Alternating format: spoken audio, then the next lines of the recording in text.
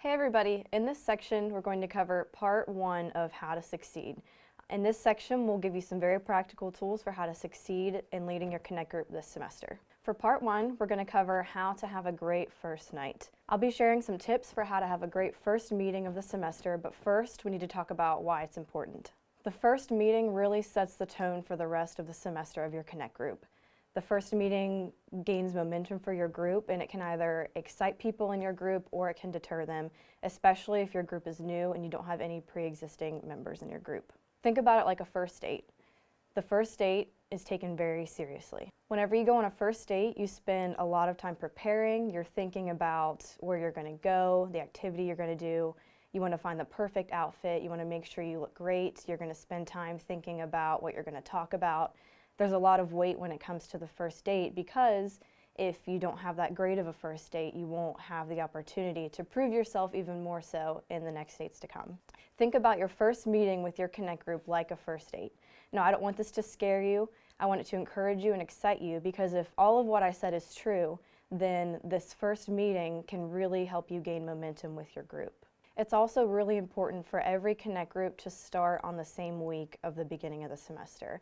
This way it really helps us to push Connect groups as a church, and even if you've been meeting on and off in between semesters with your Connect group, it helps to refocus and re-energize your group. So since we know there's some extra weight on this first night of group, we want to make sure that we're prepared for it. You obviously want to incorporate everything that we talked about in how to lead part 2. So you're going to invite people into your home, you're going to be a good host, make sure you're connecting with people, having great Connect group discussion, doing icebreakers, all those things, and of course you're going to have great food. Something else that I haven't mentioned is to make sure, especially in that first night, that you're introducing everybody to the group. Don't assume that everybody in your group already knows each other. Share your intentions as a leader and make sure you're clear about them, and you can also set expectations for the people in your group. You can share with people that you're expecting them to give input, that you're expecting them to be there as much as possible, that you're expecting them to be honest with their responses, and that your Connect group is a safe place. And with that being said, make sure that people know that even though it's a safe place, we're not going to share personal information outside of the group without permission. Also, be clear with them when, where, and how often your group is meeting, and let them know of the start and end dates of your group. It's also important to let your group know that you care about them finding the perfect group for them. So if they try your group for a few weeks and it doesn't work out, maybe they don't mesh well, let them know that it's okay, there's no judgment, and we're here to help them find the group that they'll love.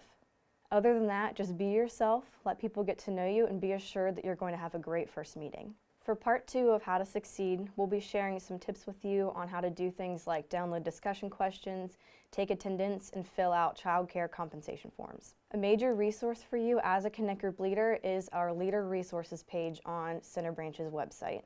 That's centerbranch.org/lead-resources. On this page, the first thing you'll see is the link for the attendance form.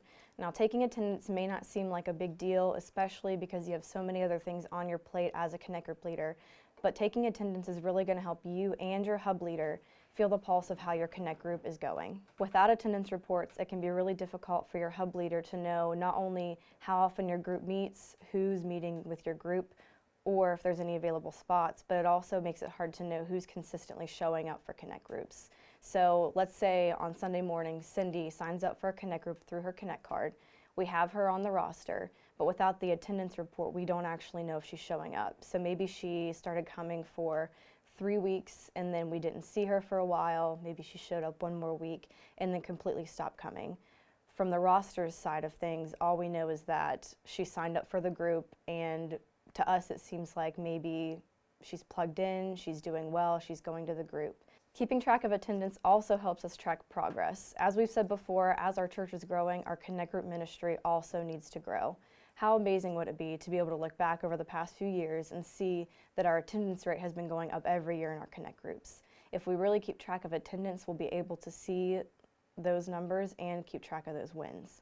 Thankfully, we've made it really easy to record your attendance. All you have to do is click on the link that says Record Attendance, fill out the first and last name of everybody who was there that night, and then click Submit.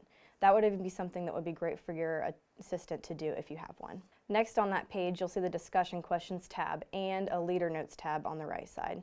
The discussion questions tab has nothing on there but the discussion questions, so that's great for your Connect group members to pull up on their phone and read along with you during the discussion, or you can even send them a picture of the questions before you guys meet. Now the tab on the right is for you leaders. This tab has not only the discussion questions, which you'll be reading before your group, but it has follow-up questions, scripture references, and just other tools for your discussion that will help you. Further down on the Lead Resources page, you'll see the Other Resources section.